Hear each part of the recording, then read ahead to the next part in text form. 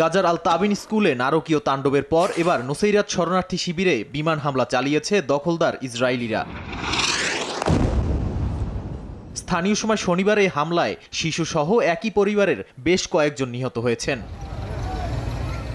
এর আগে গাজার স্কুলে দখলদারদের হামলায় নিহত শতাধিক ফিলিস্তিনিদের মধ্যে হামাসের ১৯ জন সদস্য ছিলেন বলে দাবি করেছে ইসরায়েলের সামরিক বাহিনী, যদিও তাদের দাবিকে মিথ্যা ও ভুয়া বলে দাবি করেছেন ফিলিস্তিনি মানবাধিকার কর্মী। তিনি জানান, ইসরায়েলি বাহিনীর প্রকাশিত তালিকার মধ্যে কেউই হামাসের সদস্য না, সবাই সাধারণ ফিলিস্তিনি, যার মধ্যে ৪ জনকে তিনি ব্যক্তিগতভাবে জানেন বলেও সামাজিক মাধ্যম এক্সে দেয়া এক পোস্টে দাবি করেন।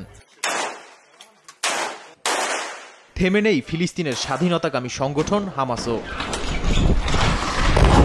শনিবার গাজার বেশ কয়েকটি স্থানে ইসরায়েলি বাহিনীর সঙ্গে মুখোমুখি হামলা হয়েছে বলে দাবি করেছে সংগঠনটির সামরিক শাখা কাশেম ব্রিগেডস। এদিকে শুক্রবার নতুন করে তেল আবিবে অস্ত্র ও সামরিক সহায়তার ঘোষণার পরেই গাজার স্কুলে হামলা চালায় দখলদাররা, যদিও শনিবার এ বিষয়ে গভীর উদ্বেগ প্রকাশ করেছে ওয়াশিংটন। এছাড়া গাজার স্কুলে হামলায় বেসামরিকদের হত্যা ও তাদের ক্ষুধার্ত রাখাকে যুদ্ধাপরাধ বলে দাবি করেছে বেশ কয়েকটি দেশ।